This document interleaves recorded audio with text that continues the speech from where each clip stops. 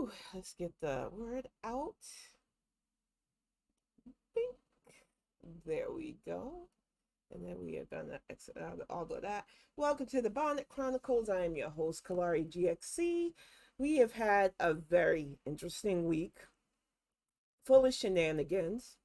But I want to start by highlighting something that sadly our media has tried to downplay, drown out with news of the dead British Queen, and just not focus on the good. And I'm sorry, I'm not going to ignore the fact that the Biden Harris administration did the thing that adult leaders do with their administration, as Secretary Marty Walsh was able to stop the potential railroad strike. And I know for the GOP, and we're going to get to some of the antics that they've been up to later on in this cast, they don't seem to understand what it means to have actual leaders who want to take care of all of America. But this is what happens when you have a president and a vice president who actually care about the US and beyond. And this is what happens when you want somebody who can help negotiate stuff so that we don't have labor shortages and strikes. The amount of issue that a railroad strike would have caused to the US is insurmountable. The fact that so much of our stuff, whether it's produce and goods, are transported still through our railways, and the fact that our workers weren't being taken care of is shameful. But I am so glad that we have representatives who are willing to negotiate and do a deal that not only gets better representation for our railroad workers, but continues to keep the line of supplies traveling. And that is what happens when you elect people who want to do their job. And we've seen this on a national level. Can you imagine what would happen for us if we did this on a state level? And that is what we need to get to tonight, because there is so much shenanigans going on. But I am just so grateful to our Secretary of Transportation, to our President and Vice President for doing this and ensuring that our railways continue on and that our railway workers are taken care of. I come from the times where we had Reagan tell union people, if you strike, you get fired. We came from a time where having a president who didn't understand the needs of the workers caused so much detriment that it bothers me that we are not praising this administration for doing the job to keep us whole. And this is what we are up against so much right now. And it is on us to not go backwards.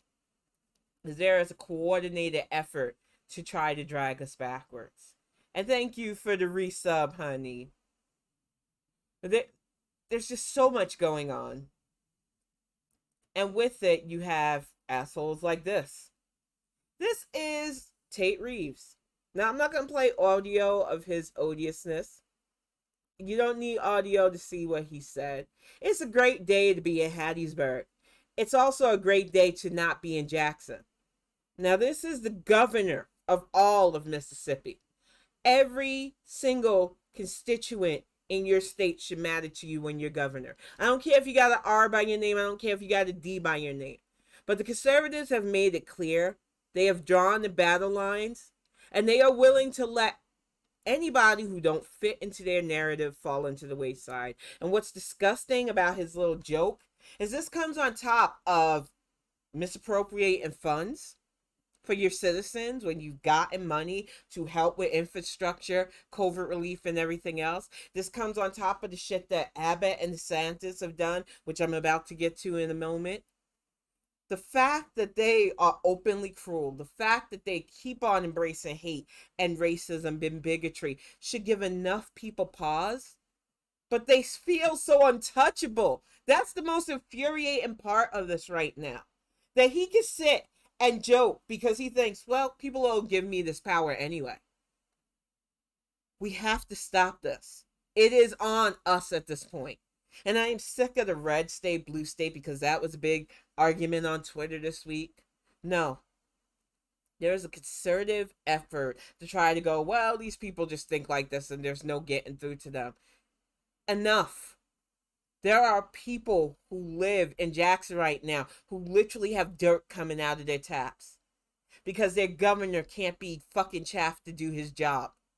And it is on us, even those of us who don't live in Jackson, to stand by and make sure that Tate Reeves does not get another turn to do this to his state, because he has shown he is not a leader, and Mississippi needs an actual leader at this point. And welcome to the chat, Respect.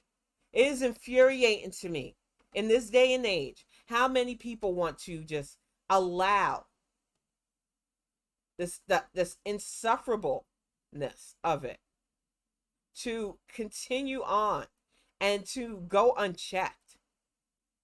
And I feel like there are too many people that are like, well, what can we do? Well, last I checked, Tate Reeves is an elected official. Last I checked, assholes like Desantis, assholes like Abbot, who I'm going to get to, because I am sure at this point you have heard, you've seen the pictures, and I've got more pictures to come up, that I want to get to my response to him, because he was just very, very haughty about his antics, and to me is super disgusting at this point, but not surprising. I'm being an old lady tonight. Bear with me a bit, y'all, because I tweet a lot. No shame to it. Twitter is like my second home, and there's just so many amazing people on here. But I do want to find my response to Abbott directly, because he was just so proud of his nonsense. And no, we're not going to have this. Here we go. This douche nozzle, on top of Desantis, who I'll get to in a moment, wrote, Texas dropped off 2 buses of migrants outside VP Kamala Harris's residence in D.C. today. We will continue to send migrants to sanctuary cities like D.C. until President Biden and Bardazar, which, what kind of fucking name is that? Give me a moment. Step up to do their jobs to secure the border.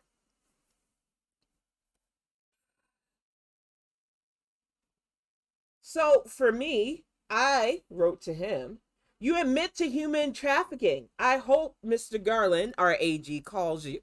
Because last I checked, I know the GOP think that rules don't apply to them. Taking human beings who already are coming here requesting sanctuary, sticking them in a bus and shipping them throughout the country without proper protocols and paperwork is human trafficking. I know it's hard for some people to understand how human trafficking works because most of us don't do it. Most of us just lead our best lives just trying to live as simplistically as we can. We don't fuck around with transporting human bodies like they're dolls or toys. But to men like Greg Abbott, because they have nothing left going for them, because he's literally a governor in a state where little children can get gunned down going to school, and he knows that racism is the only thing the conservative party can rally their base behind, he does stunts like this. You literally take people who are already fleeing horrible conditions, coming here because we still, for some reason to them, seem like the bastion of hope and freedom. And you treat them like they're fucking rag dolls that you can just ship around and dump in DC. It's not a border crisis. There is a humanitarian crisis, and the crisis starts right from within. The crisis starts from humans who are like, we've got to protect ourselves from these fellow human beings just looking for a better life because they don't look like us, and that makes me scared. My lack of melanin makes me too afraid to open my heart and doors, even though I will thump a Bible and say that I'm a Christian whose own doctrine teaches me to love and look after my fellow man, to house the poor and feed them. And they're a bunch of hypocrites. And Greg Abbott and Rick DeSantis, Ron, whatever the fuck his name is, I get all these GOPers confused now because they're all the same demon, different name. The fact that DeSantis decided to ship a bunch of people to Martha's Vineyard, I call this profiles in conservative cruelty, because that is what it is. It is profiles in their nonsense. I want you to look at these images to see just how fucking ridiculous it is. These are families that were fleeing.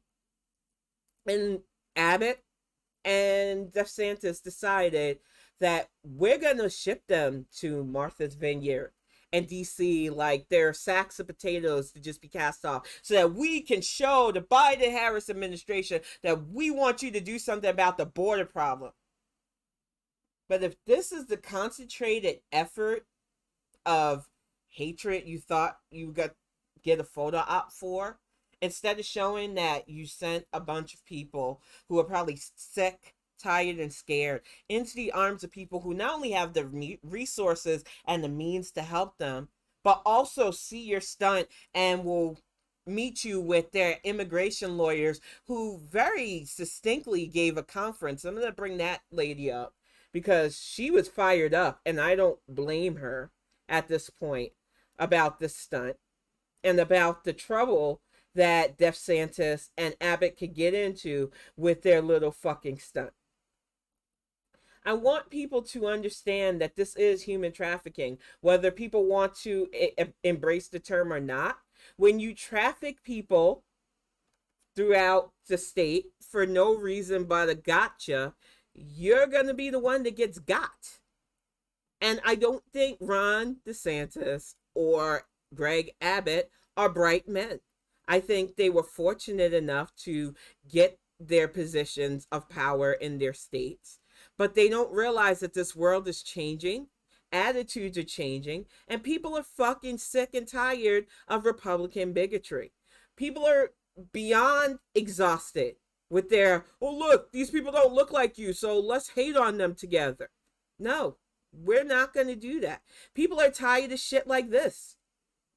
Before I get back and try to find that lawyer, the fact that guys like Colin Kaepernick took a knee, got ostracized from the NFL, while Brett Favre literally stole $5 million in welfare funds, on top of $77 million that was misappropriated towards him and some scheme for a arena for his daughter that plays sports. We're tired of conservative corruption. We're tired of the way you set societal standards that leave so many of us to the wayside. We're tired of what's going on in Jackson. We're tired of you treating human beings that don't look, worship, or act like you like we're disposable. We are pressing back. We have a president and vice president who not only know what they're doing, but understand that we have to be a united America. We understand that we cannot play the games of conservative party, that everybody has to be uplifted, even the people that hate us. That's the shitty thing about pragmatism, but that's the thing about pragmatism that we never let up on. And I think it bothers some people. It truly bothers them that we are not going to allow their progress for me, but not for thee poison to slip into our shit. We are not going to let them pretend like the other side is just the same as the Dems. We see what happens when Dems do the work. When actual Democrats who want to get shit done for all of us. Not just some of us, not just the people that vote like us, but every single American. And we also see how the other side operates. The rampant corruption. The treating people like the cattle that you can just drop upon to make a point. Or a photo op for Fox News. It is on us to stop conservative antics. And it's sad to me that shit like this isn't questioned. It's memeable at this point. But it has to stop. We are at a point in our lives where conservative rhetoric, who's it help? It's not for any of us at this point. And I really hope that Greg Abbott and Ron DeSantis, who are now doing the finger pointing game, well, it wasn't my idea, it was his idea. It wasn't his idea, it was my idea, because they realize now the fucking federal trouble they can get in with this. And they forget that Martha's Vineyard isn't just some ritzy area. It is full of Boston's finest.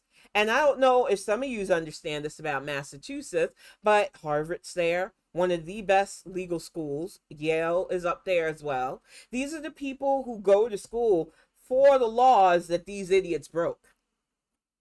And they broke a lot of immigration laws. They tried it with this stunt, and they are going to find out the portion of their fuck around antics. And I look forward to this. And this is what happens when you have adults in the room. This is what happens when you have people who actually care.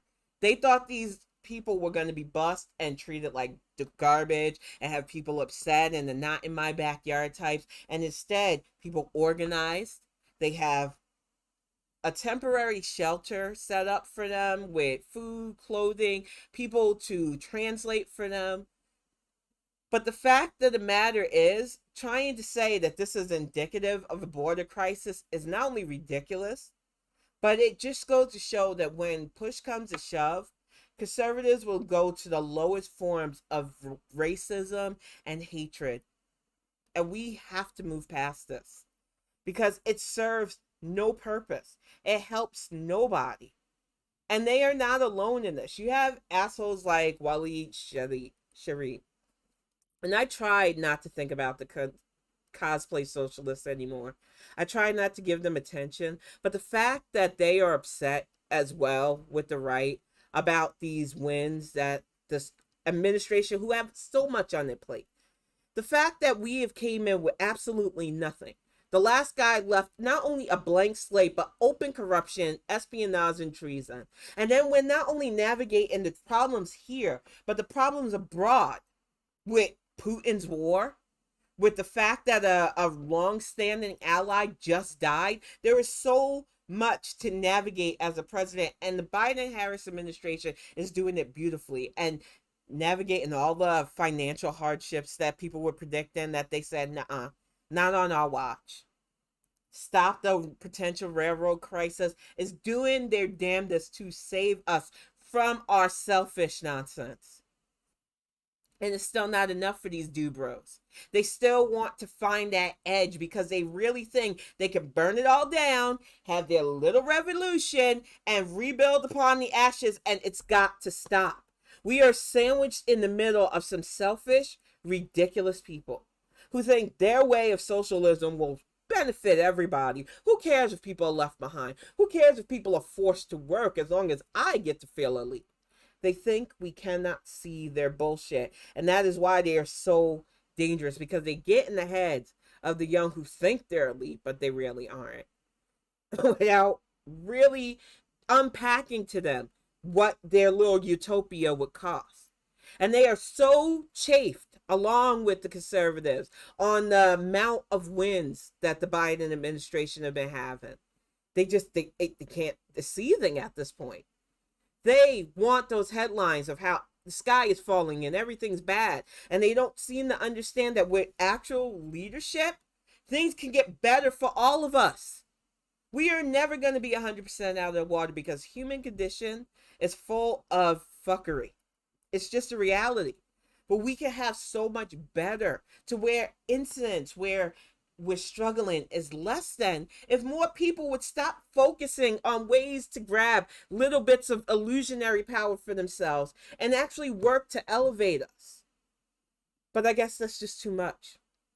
It's much easier to stoke the thoughts of hatred. It's much easier to act like, oh, this person's different from me. Ew. It's much easier to try to find some kind of reasoning to ding this administration.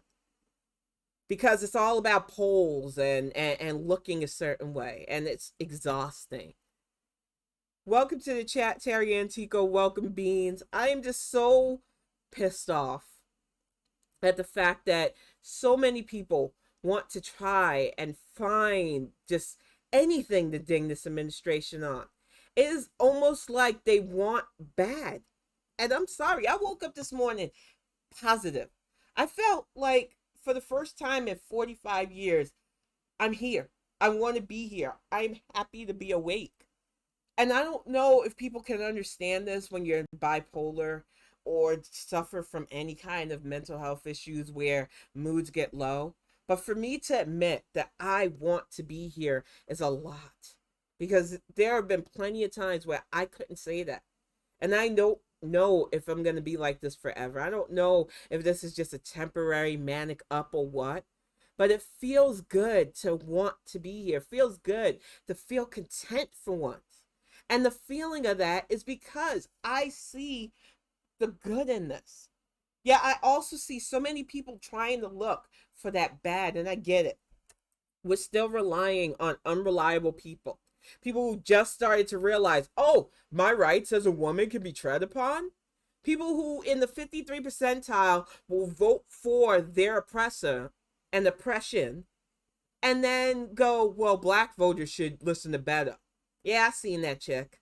I could not believe the nerve of a white woman telling black voters how they should vote, when the last I checked, the people who helped get Abbott into power look like you there, Agnes. Shut up, talk to your kinfolk, and get out of black people's face. And it's just infuriating at this point. How many of them are fixing their face to try to stoke these lines that don't need to be? We all see what happens under conservative leadership, and I use the air quotes for that, versus what happens when you elect people who want to do the job. Stop giving these people power over you. What are they offering you except to say that your whiteness makes you better than people? I think enough white people are starting to see that shit, it's not enough. It's not selling you anything when you're dying left and right to a preventable pandemic, when you're freaking watching your neighborhoods deteriorate to opioid crisis and financial struggles.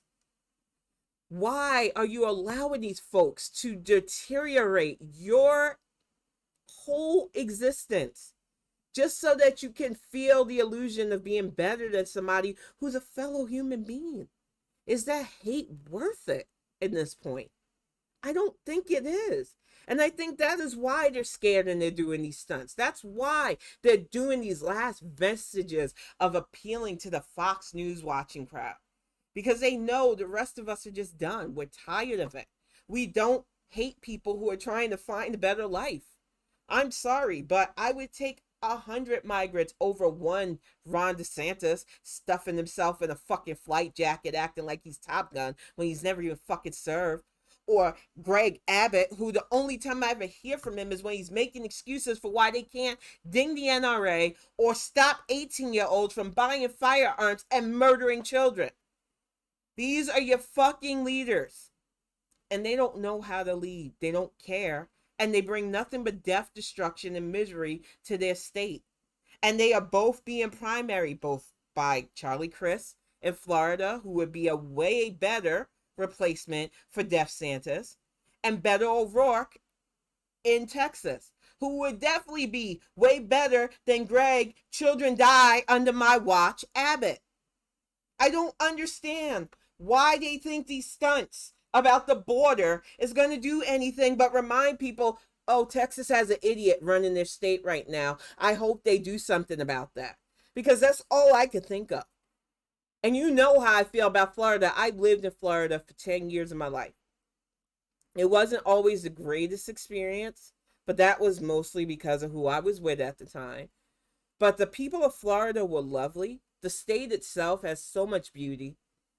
And it's just shameful that assholes like DeSantis, assholes like Rubio, both of them, whose jobs can come up and be lost to people who actually want to do their job, like Val Demings, who actually want to do the job like Charlie Crist, who want to undo the damage of harboring a literal treason, espionage person like Trump within their grounds. You have the ability to stop these men from believing they're untouchable. It is on us, and I believe we can do it. But I also believe that there is a legitimate, coordinated effort to destabilize our voting bloc. And we have seen it over and over and over again. I'm going to try to get to the thread if I can find it. I really should have had a lot of this queued up, but like I said, I tweet a lot, y'all. And just the fact that Miss Denise had to even say anything to these people is troublesome, but not surprising because there is a legitimate psyops going on. I hate even showing this level of hate because it's been ongoing, and it's a lot of weird, supposedly pro-black, supposedly African accounts doing this. But it's time to call this shit out because it's on the heels of the midterm and it's very coordinated. A lot of it feels Russian-y, but it's not. There is stuff that goes on in our community that I'm going to try to touch upon tonight to shed light so that we can try to stamp this out because it does us no favors. There's been a coordinated psyops of supposedly black accounts mislabeling VP Harris as not being black enough, calling her names like Calcutta because it's funny to mock her Indian heritage. What is wrong with you? Identifying a black biracial father and an East Indian mother. Not to mention slave owner heritage through her grandfather's side. So we need to unpack so much of this. And I also want to show this picture of them VP Harris as a baby with her black grandmother because to them, it's not enough. Even though they are doing the reverse of the one drop rule that the racist has put in place for our people, and it's very infuriating. And I even had to do a Bonnet Chronicles yesterday because of how ridiculous the psyops has been. And I'm going to try to calm down before I get into this because it makes me upset. Not only as a black mother of a child who, according to them, wouldn't be black enough, but to our community as a whole on how exploitable our trauma and pain is. It hurts because they know where to stick the knife and twist. And they know that they can catch the contrarians who don't want to see anything good for us anyway. And they know they can catch the ignorant. And it is on us in the middle who are pragmatic to see the shit and call it out because we are not going to paper bag test our people. We are not going to make biracial and multi-ethnic black people feel any less than. They already get enough hate from all sides. And they've been doing this all week. And it is infuriating. They wanted to ding the Emmys. As you know, I did a Tuesday thing about Black women joy. And of course, they wanted to ding Zendaya. And I don't even understand the issue they have. She's black. Just because her mother's white and her father's black does not make her less black. I don't understand why I even have to quantify this, but sadly within our community, we do have issues with colorism. We also have issues with people not understanding that the transatlantic slave trade didn't just stop in this United States. That we had plantations in the Caribbean. We had plantations in South America. We even had issues as far as Canada with the slave trade. And like, I know Britain thinks they're dunking on us by saying they ended slavery 32 years before America, but you still benefited from all the labor and all the goods and everything else that the colonies that you held Commonwealth in the Caribbean and everything else with. So stop it.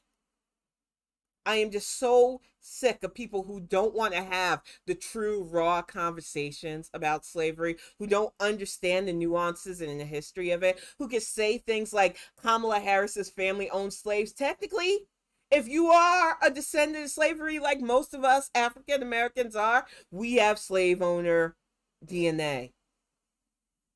And it's just infuriating when people try to use that as a dunk on our VP and then try to strip her of her blackness still because they cannot stand the fact that this woman has succeeded where they never will.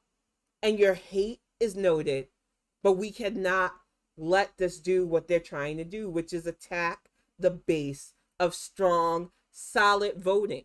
They know the strongest American voting bloc right now is American black women. They know the base that's coming up that has dominated things like tennis that is dominated in the entertainment business. That's why the media are running headlines like, are the Emmys really necessary? Because they cannot stand our shine. But we're going to keep keeping on whether or not you accept this or not, because Black women are done asking permission. We are going through those doors whether you like it or not. We just nominated and got our first Black Supreme Court Justice female, our first VP, who will be our first president, and she is Black. She can also claim her Indian heritage too. Not that she needed my permission on that, but I really need biracial Black people who have been feeling targeted this week to understand. I know the path you're on is not easy. I am raising my child to identify as Black, because something that I don't think our community talks about enough is the fact that Blackness is still treated, even within our own community, like it is something bad. Like it is something that we have to hide away from or shy away from to be considered respectable. And I am sick and tired of treating my Blackness as if it's a curse, instead of the blessing that it's been for me. I learned early on things like the world doesn't revolve around me, that the world isn't always a fair place, but you can still do what you are set to do. Shine and be your best and not let anybody take that from you. And it doesn't matter what some rando thinks of you, because it's what you think of yourself. And I will gladly take all the bullshit that I've taken in my life to know that I have that solid foundation of being a Black woman. And I've never, ever once allowed myself to feel less than because of something some rando person tried to say about me or do. But the reality is we have a lot of generational trauma in our communities, a lot of unanswered generational trauma that is easily exploited by assholes like Putin, who's in a desperate bid as he loses frontline Ukraine fighting, as the world refuses to play his games, as even his buddy Xi said, I literally am doing global dominance through economic stuff with Africa and all over the place. I can't afford to mess up my global credibility by helping you fight a humane rights war. So China's like, yeah, we'll buy energy stuff from you at a fair price, but we're not getting involved in your war. And I just don't think Putin thought this through. And unfortunately for him and so many others, we're tired. We're not playing these games. I think for real that, I've got my Gen X cynics thing up. There we go. I think for real, the problem though with our community is Russia feels that racism is easy to exploit with us because we don't confront the bigotry that some people take advantage of. It's why these so-called African accounts could say that Black means having two Black parents.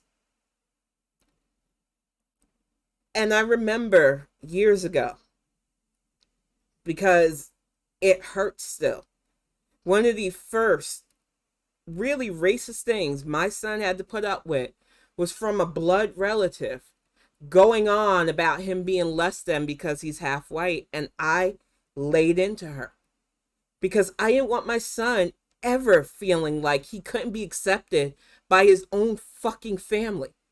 But that is the reality of our community. We try to act like we're just this all-loving, all-encompassing thing. We try to act like we don't have our own hang-ups about respectability and colorism and how we see ourselves. We act like there's not a lot of self-hate that we don't need to purge out of our own systems, but it's there. But what's worse is when one of us dares to find love outside the supposed race, which is dumb because we're all humans. We just come in different shades and tones. We see how quickly our community and even our own family turn on us, even when our kids are beautiful. And I'm sorry, I don't see how anybody can look at this face and think of anything but beautiful.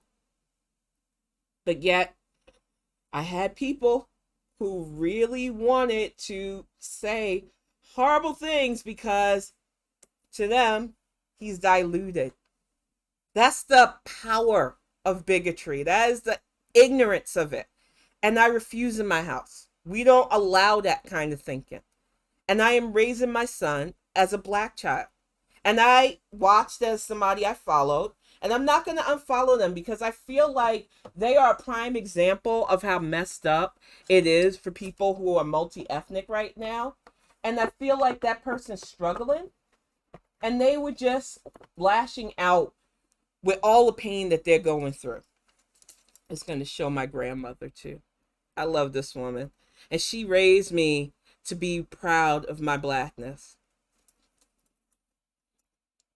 But I feel like this young lady was upset with us for not allowing our biracial kids to claim the other side. I've never told Kiddo that. Kiddo knows as much as he can about his father's half. As much as he wants to know about his father's half. He knows that he can identify as partially Italian if he wanted to, but he's never felt ashamed of saying that he's black. And that's the problem that I see with a lot of multiracial, especially multiracial black kids. There's always that air of, well, can I claim my blackness? And why wouldn't you? It is shameful the way our community is divided on whether or not we should be welcoming, and the way some exploit whether or not they belong, and they do. And the fact that I even have to say this, even if I had my own son who is gonna have to go through this bullshit, I need you to understand that you don't have to pick or choose either one. It doesn't erase the other. It's called blended for a reason. And the part of being able to grow up and feel accepted is knowing that your community has your back no matter what. And unfortunately for multi-ethnic people, they don't always have that. Sometimes the worst racism comes from right inside their own house, and it has to stop. The self-hate has to stop. The whole idea that your complexion decides your level of blackness. Because I'm telling you right now, as somebody who's always had this skin tone, who has always been this dark, I had people question because I'm geeky, because of the stuff I'm into, because of the music that I like, every way I carried myself, whether I was black or not. And you know what? I don't let people dictate my blackness anymore, because that is the best way to navigate this fuckery. But not everybody gets to that point. It's hard when you're trying to navigate a world that tells you automatically by looking at you that you're bad and you just want to prove yourself. And then you finally get to that point where you're like, fuck it, I ain't got nothing to prove. I'm tired of trying to survive in a society stacked against me for something that I have absolutely no control over and I don't see as a problem. Pigmentation shouldn't be a problem to anybody. But we, for centuries, allowed this rampant dehumanization. And it is seeped so deeply within our society that anti-blackness is even rooted in our community. Oh, you're so dark. Oh, you're not dark enough. You're too dark. Jigaboo, this and that. One of my favorite movies growing up was School Days. And I didn't realize it until why. Just seeing the black college experience, even though it ends with that weird neo-Nazi skinhead bullshit storyline. But just seeing us try to educate ourselves and seeing the different levels, seeing the angry brother who wants to preach about stuff but still gripping onto that patriarchal shit, seeing the so-called educated brother who understood but was still a player. There was just so many lines and nuances to our community that didn't just satirize us and didn't just stereotype us. It gave like a real view of Black lives in the 90s. And it opened my eyes to the pain that our community just doesn't seem to want to focus on. The fact that, yes, for some, lighter skin is a symbol of beauty. It's stupid, it's shameful, and we've proved several times over that it's not the truth. But we are still held by standards set by people that don't even look like us and didn't even care to view us as human. And that poison has seeped so deeply into our community. And it is on us to detoxify it and not play these games. The fact that they thought that they could take such a blatant psyop this week. And they didn't just target people like Zendaya. They went after Meghan Markle. They're still trying to go after her. She is literally over there to support her husband during a fucking funeral. Get over it. Harry was never looking at you. And he never will.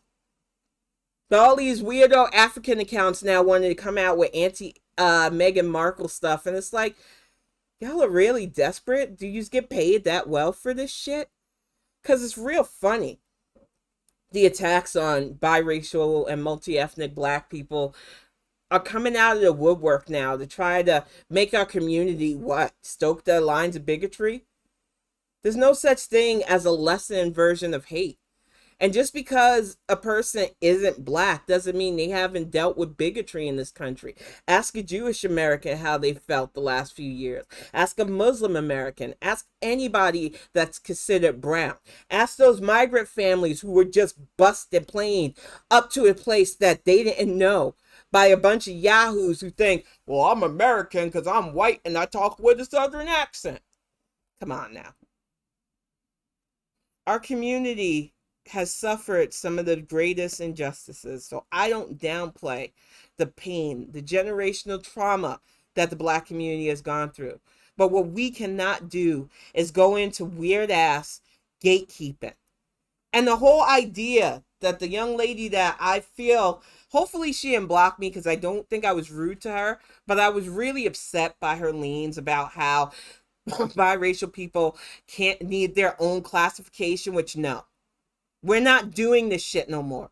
It's bad enough that we already break humanity up by color code. We are not going to tell multi-ethnic people that they don't have a place within our community. Stop that shit. But I didn't want to yell at you because I know you're coming from a place of trauma. And I know that our community has not even began to address or heal our generational trauma. But to tell biracial people that they can't have a place within our community, to gatekeep because what if it's another Rachel Dolezal? What if it's another Sean King? I don't give a fuck. And I'm going to say something that might even come across as controversial. The fact that we have people like Rachel Dolezal, the fact that we have pretenders like her, is a sign that people are starting to see that blackness is worth being. I might not agree with what she did. I might not like her or Sean King, who is questionable to me, though I will stop at the line of saying that he's definitely not black yet. Though I do believe that his parents have clarified that, but he's still holding on to that story that his mama cheated on his daddy and had him with somebody else. That's a whole ass mess.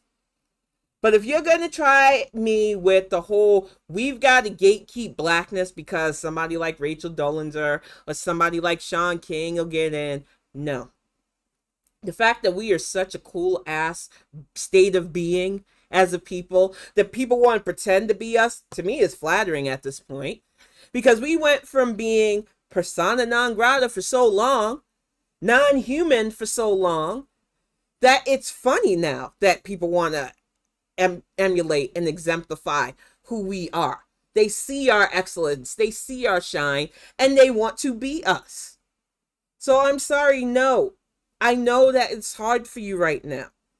And one of the things that I was talking to with a friend about this was the fact that a lot of people don't understand the hate that multi-ethnic people get from all sides. So what we need to stop doing in the black community is acting like we're going to put up a gate and say, oh no, let me pull out the paper bag. Let me see how many people in your family can cook chicken and cornbread. Nope, we can't let you through. We're not doing that bullshit gatekeeper stuff. They're already trying to gatekeep entertainment for white people. They're already bitching. They spent the whole last week bitching about The Little Mermaid. It's this kind of attitude you want to give off? No, I'm done playing these kind of games. We are not going to be useful tools to white supremacy because they see the strides we're making. They see the excellence that we keep putting out. They see our leadership and it fucking scares them. So the only thing they can do is stick the knife in that festering wound of self-doubt, of whether or not we belong, And they keep twisting it. And they find useful tools that they can throw a few dollars here or there to stoke that divide again. And we have to stop amplifying them. We have to stop letting them try to set the rules. We have to stop trying to let them clarify who can call themselves black, because, bitch, it was y'all's laws that did that one drop, that allowed you to dehumanize, that allowed you to rape my ancestors, give us our red bone sisters and brothers who were still treated like slaves. And just a little bit of actual history for those who don't seem to understand how VP Harris can call herself an African American because her father's from Jamaica, which last I checked, even if your parents immigrated from another country, when you're a naturalized citizen, you're American. The transatlantic slave trade dropped Africans off in Jamaica. So she can call herself an African American just by those things.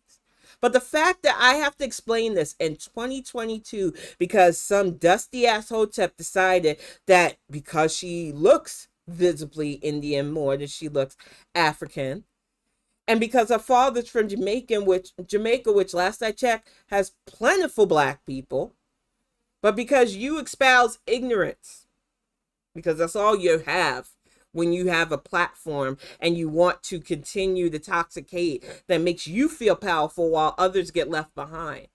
Just because you can espouse that hate doesn't mean the rest of us don't know our history, don't know the fact that there are still renovated plantations in Jamaica that they turned into resorts and shit to show the history of that. And when you say shit like VP Harris's family comes from a legacy of slave owners without noticing the irony of that, because you think my last name is Walker by fucking choice?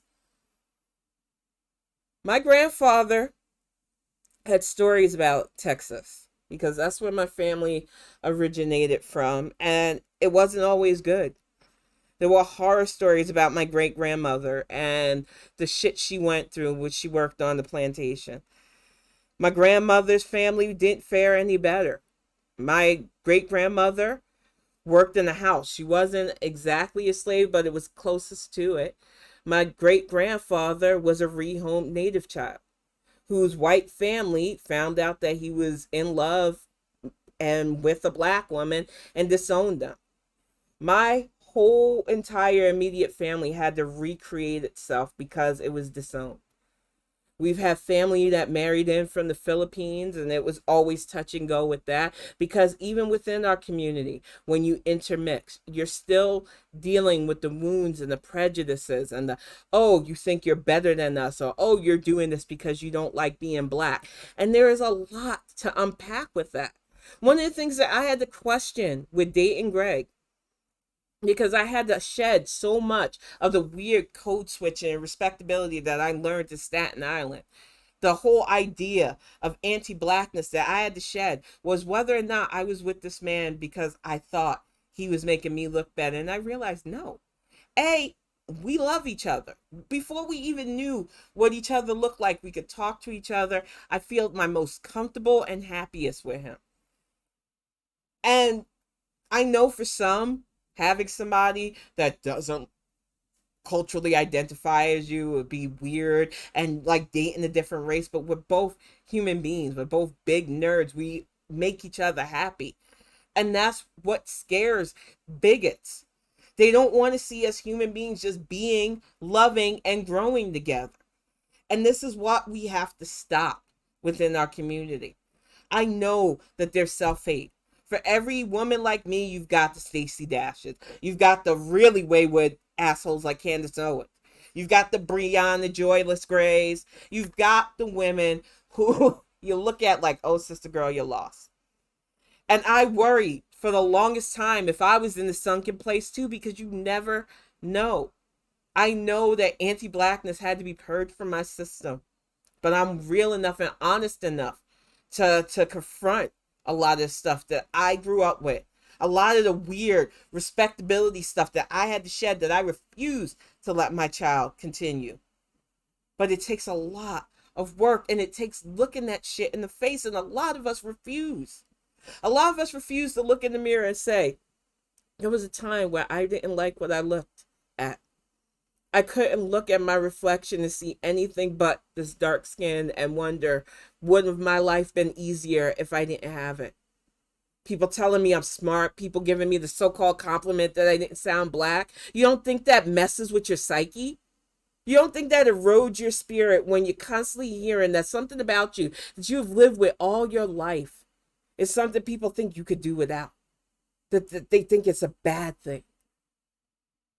And I had to teach myself slowly with therapy and everything else that I am enough, that my blackness is not a curse but a blessing, and that I am okay whether anybody else accepts me. I accept me, but it takes time, and it is a wound that so many of us don't get to heal, and it's time we do it. But unfortunately, we have people who want to exploit our pain. We have people who want to exploit the jealousy that we sometimes feel when you see somebody that's prettier and light-skinned, when you see somebody who intermixes, when you see somebody who doesn't do black your way, and we have to stop. The easily exploited divides will harm our community more, and we can't afford this. We have seen what the other side are willing to do to fellow humans. We have seen what their ancestors did to ours, and we see where they will drag us all back if we let them. We cannot carry their hate as our burden anymore. That is their load to bear, their load to sort through. It is on us as a community to not only embrace those who want to be black, but those who are biracial and want to embrace both sides of themselves, because it's not an affront to us. We are, by our own volition, such a multifaceted people. And because of our ancestry, there's no such thing as a pure blood black. And I need people to understand that. Technically, there's no such thing as a pure blood human.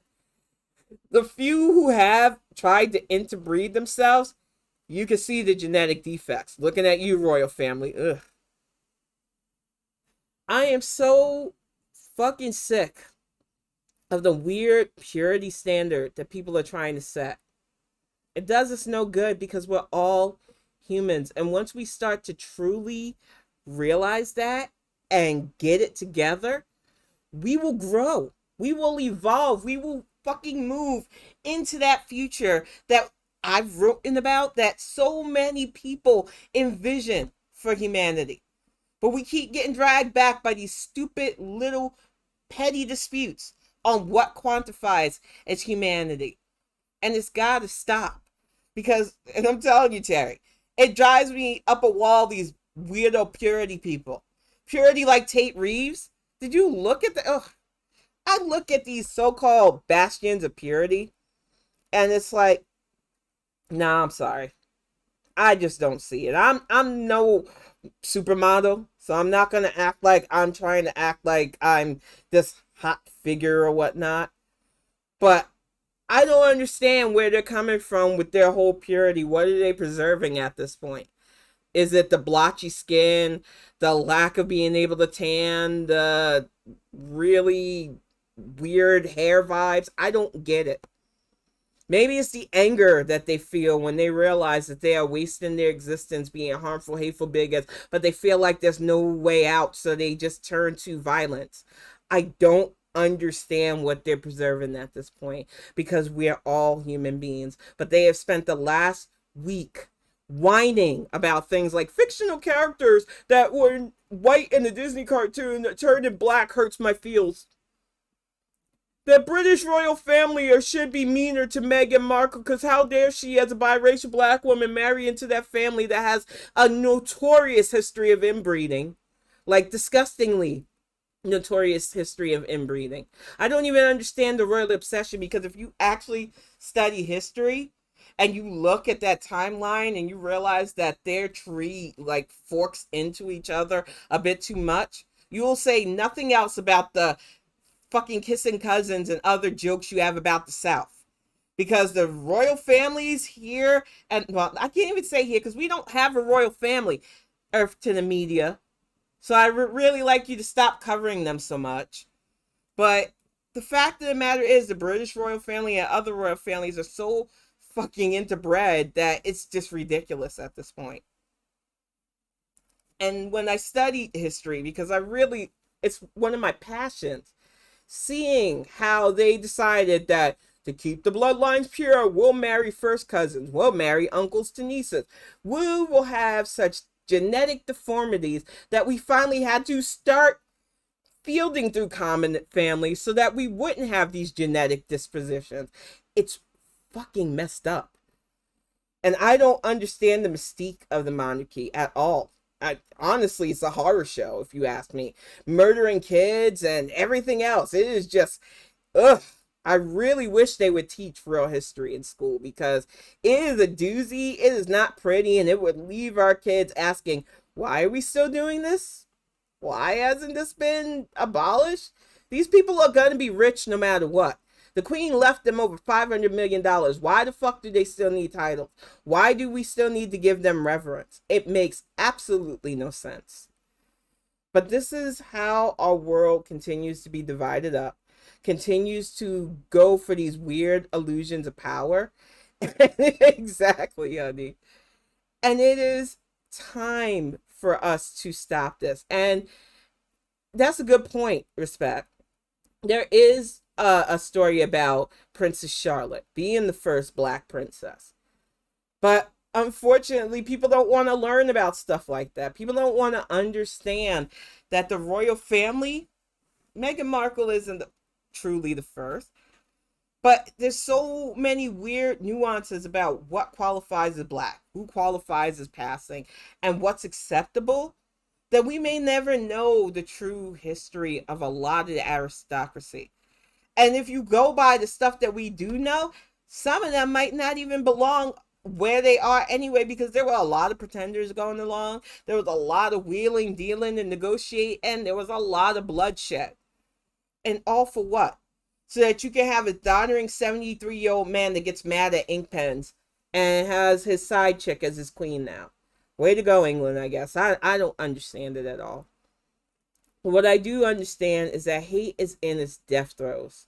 It is in its last vestiges for power grabs. It is chokeholding us, and we have to be the ones to lessen its grip on our society. It is beyond time that we stop letting them play these games, or who gets to call themselves who, or who gets to say what, or who's human, on what's illegal, and who deserves to be here, because all of that does is help assholes like Tate Reeves, assholes like Kay Ives, assholes like Abbot and Desantis, and other fuckers who just want to keep us divided, stay in power, and make their constituents miserable. While everybody struggles unnecessarily. But when you have governors like my governor, who has been working with the money that she's gotten in from the federal stuff, making sure that taxes aren't raised up, that the roads are being paved up, that we are building Michigan up better. They just allocated a bunch of funds to revamp Detroit and Saginaw area. There's so much good going on here in this state. But there are also still 12 Republican wackadoos trying to take her job because they see the prosperity and they think, how can we take advantage of that? And it is on us voters to make sure they never get the chance. And I don't pretend like it's a safe blue state, because before I moved here, they had a Republican governor who was running the state into the ground, and that's why he got replaced.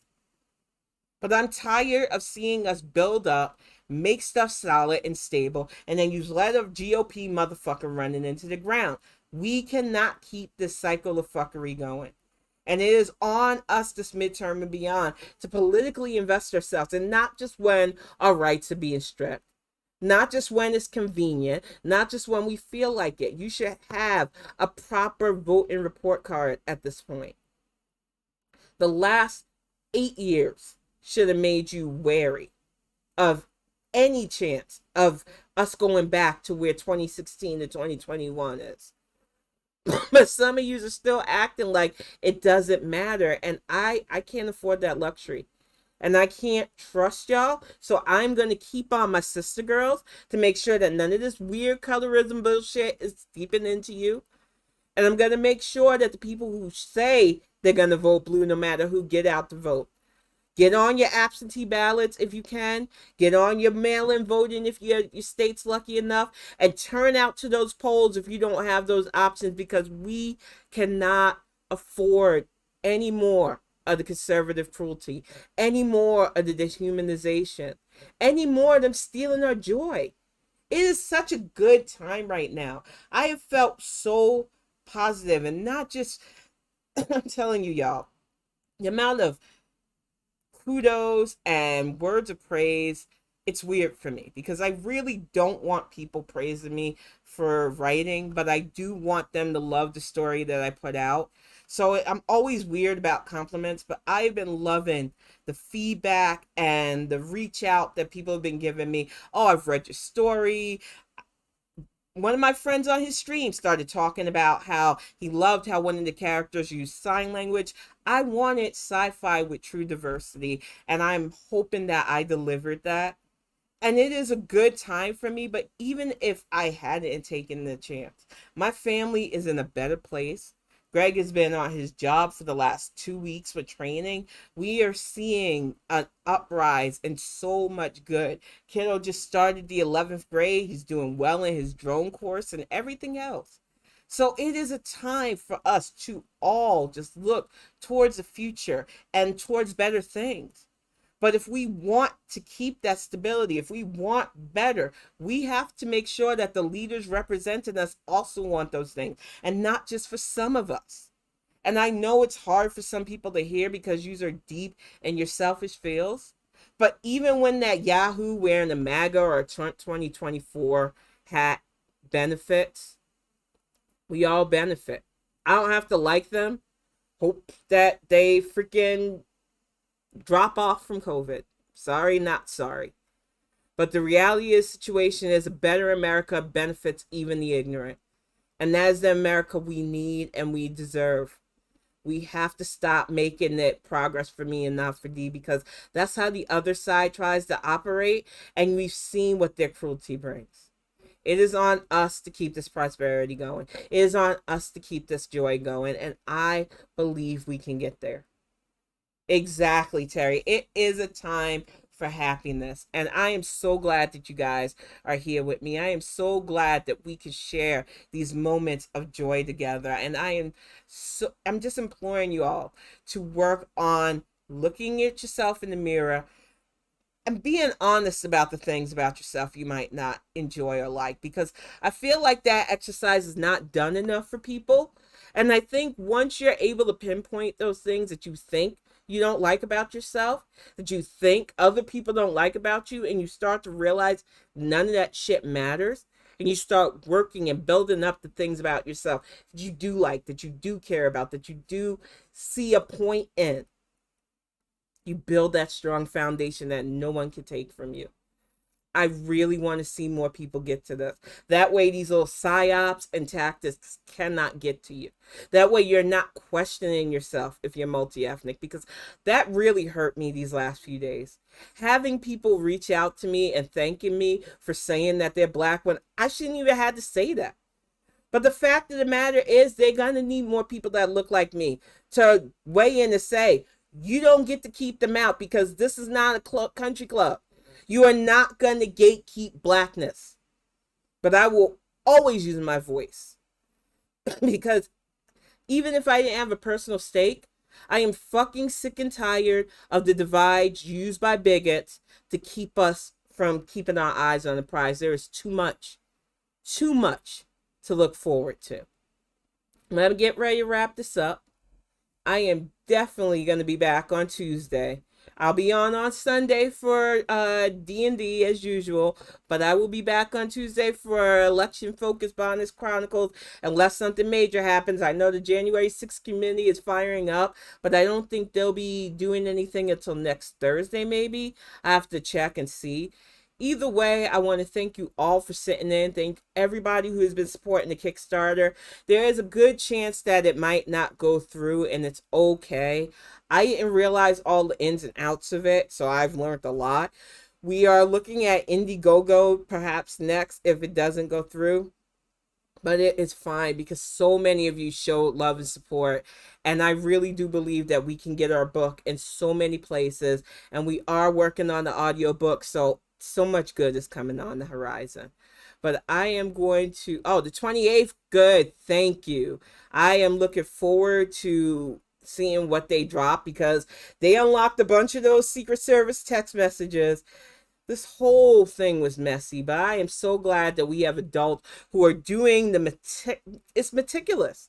There is so much work and so much things to sort through, and they are doing their damnedest. And I am just so happy to have functioning governmental officials doing their job, on top of the DOJ doing its job and holding the cards close and doing those indictments. And like I said, we're going to see things drop. It's not going to be fast. You're not going to get like a Law and Order episode perp walk, but you are going to see effective justice. I believe that. But I am looking forward. Exactly. Season 2 of this is going to be lit. I am really looking forward to it. And I'm looking forward to the future Bonnet Chronicles where we break down all of them. But I'm going to get ready to wrap this up. Go heat up some dinner with Greg. Chill for a bit. I hope you all have a great weekend. I really love y'all. Thank you so much for being so supportive. And there's the music. He's been waiting to play this.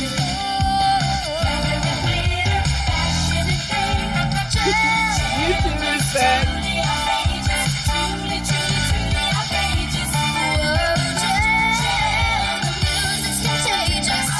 Jim is my name, no one else is the same. Jim is my name. We're misfits, our songs are bitter. We all are misfits, we're gonna get her. Jim, the music's contagious. Jim is my name, no one else is the same. Jim is my name. All right, y'all. I will see you on Tuesday. You take it easy. Have a great weekend. I love y'all.